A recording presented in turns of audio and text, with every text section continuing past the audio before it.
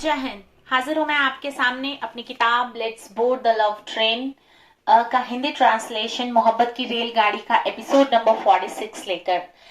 पिछला episode number 45 में मैंने एक्सप्लेन किया कि किस तरह से हैदर जो शाहदा का फादर है वो उसको गाइड करता है कि शादी तुम्हारी पसंद से हो जाना सिर्फ यही एक पैरामीटर नहीं होता है हेल्दी और हैप्पी मैरिटल लाइफ का, बल्कि ये जो मैरिड लाइफ होती है बच्चे को एक 25 साल के इंसान, एक एवरेज एज देखी जाए इंडिया में तो 25 साल में शादी हो जाती है।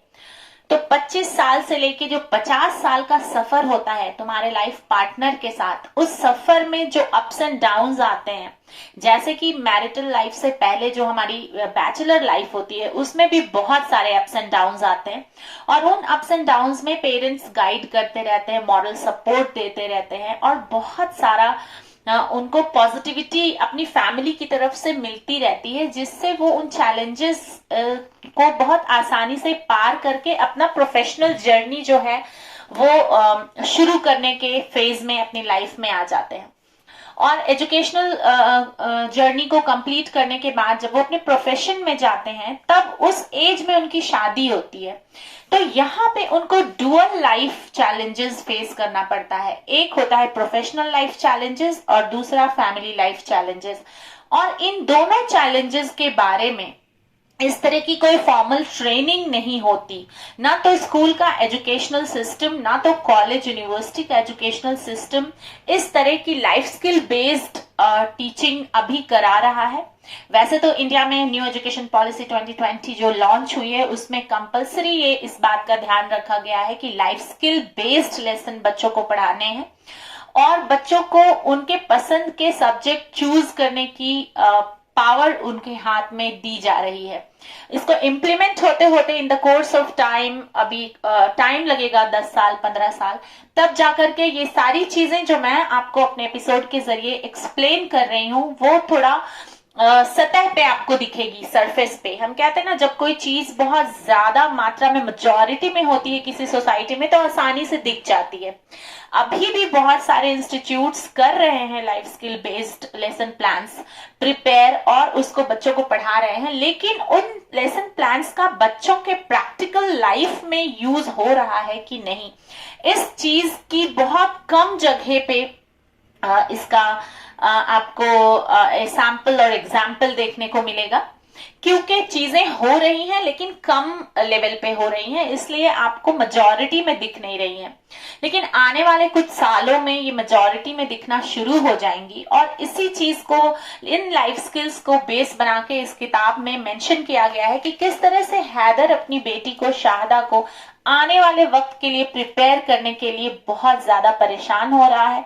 क्योंकि एजुकेशनल जर्नी में हम अकेले होते हैं, हम पास होते हैं तो हमारे सर्टिफिकेट पे लिखा होता है, हम फेल होते हैं तो हमारे सर्टिफिकेट पे लिख जाता है। लेकिन मैरिड लाइफ जो होती है उसमें जो हम सोशल लाइफ में जब एंटर करते हैं तो जब हम अच्छी चीजें करते हुए निकलते हैं तो हमारा सोशल लेवल पे अप्रिसिएशन होता है और जैसे ही हमसे कोई चूक होती है तो वो क्रिटिसिज्म भी सोशल लेवल पे हो जाता है, लार्ज लेवल पे होता है।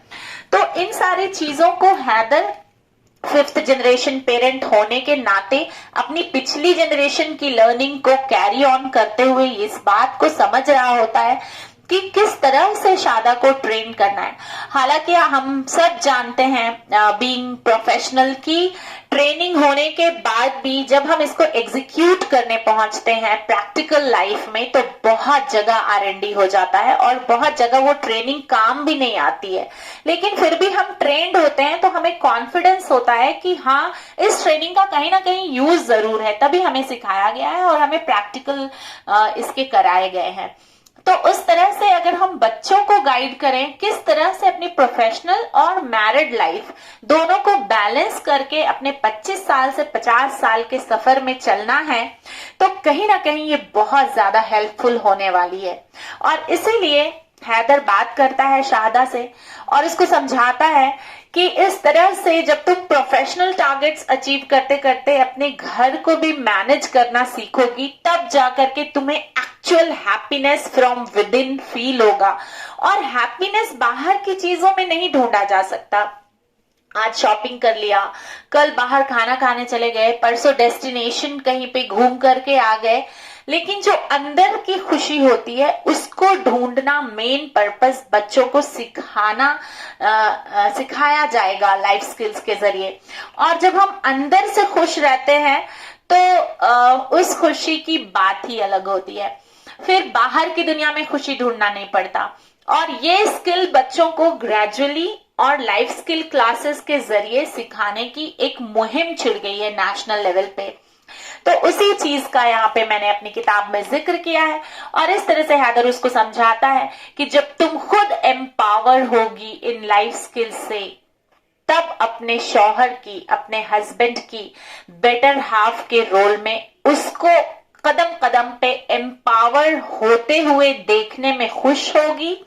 और जब कहीं पे वो लड़खड़ाएगा तुम उसको संभालोगी, और जब तुम लड़खड़ाओगी तो वो तुम्हें संभालेगा। और ये होता है रोल बेटर हाफ का, जो वो एक्सप्लेन कर रहा होता है शाहदा को।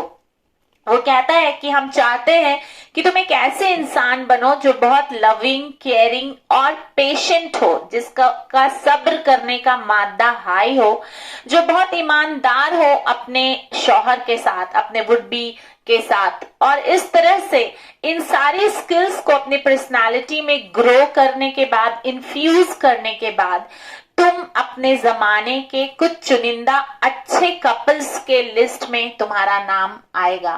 और नाम आने के लिए तुम्हें नहीं सिखाया जा रहा है, ये इसलिए सिखाया जा रहा है कि ये जो तुम्हारी जर्नी है वो बहुत स्मूथ और सफल चले।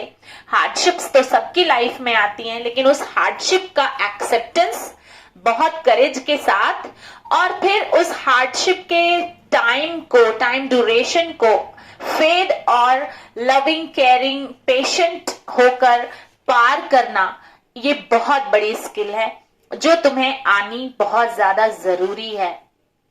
और ये सारी चीजें सुन करके, ये सारे इंस्ट्रक्शंस अपने पापा के मुंह से सुन करके शादा स्माइल करती है और अपने पापा मम्मी को थैंक यू करती है कि आप लोग मुझे प्रैक्टिकल बेस्ड ये जो अपब्रिंगिंग दे रहे हैं, ये मुझे सच में जिंदगी में काम आने वाली है।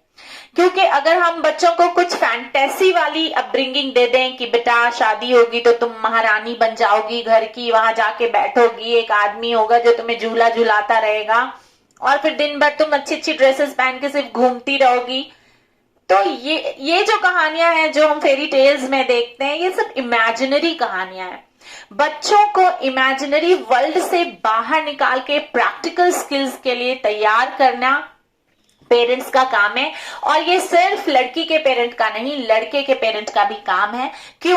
क्योंकि लड़का भी कहीं ना कहीं फादर के रोल में एंटर करेगा, हस्बैंड के रोल में एंटर करेगा, जहां पे उसको बहुत सारे स्टीरियोटाइप्स बम्बार्डिंग होगी उसके ऊपर शादी के बाद।